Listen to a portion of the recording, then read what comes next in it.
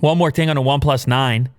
They could bring back a classic back cover design. And I don't know if you remember this. I don't think you have.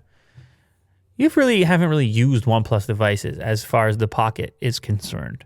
You're more of a Samsung. I see you constantly gravitate towards Samsung, or you've had the Pixel. Yeah. It's one of these two. Sure.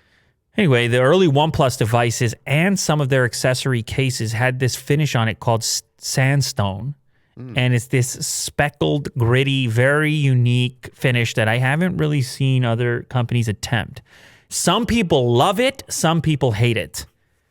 It's very divided. Well, because it kind of feels like sandpaper a little bit, but you get tremendous grip because of it. I see. As you might imagine. On a case, it's kind of a different story because obviously you can swap it out. It's less of a commitment. But the rumor here is that they're going to bring it back for the OnePlus 9. They will be unveiled March 23rd, as I mentioned, very soon. The latest details to become public prematurely revolve around the colors.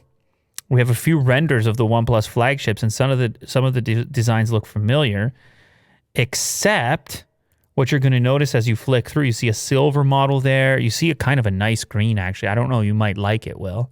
It's like a kind of like a... Actually, it was like Apple's green that they had that one year. Yeah.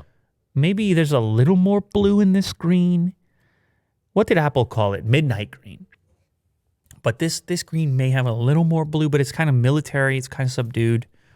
I don't mind it, is what I'll say on that. And then when you get to the black model, I guess people are thinking they're picking up some texture on there, although it doesn't quite look like sandstone to me.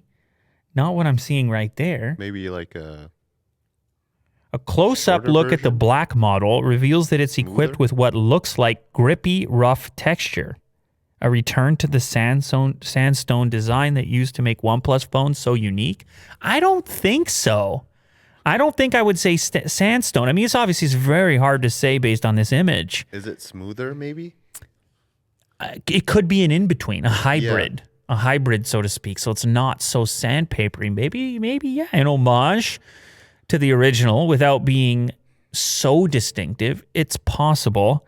There's been so much talk about black smartphones because of what Samsung started with this Phantom stuff.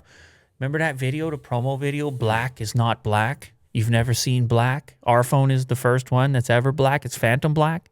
It just got the whole conversation going. You said the commercial. I don't know. Maybe I referenced. The commercial was much more intense than that. Untold stories, Phantom black, and they're in Iceland, and they're like, we tried every black. They're like, we tried everything. Yeah.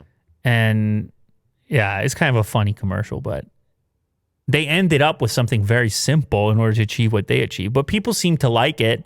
And so it started a whole new conversation because, well, it's one of those things that one of the market leaders, Apple, isn't really doing right now. It's like a deep black color. Right. So I think that's another reason why Samsung made a big deal of it, because it's kind of actually hard to find a nice black smartphone that isn't some kind of gray or charcoal, but black.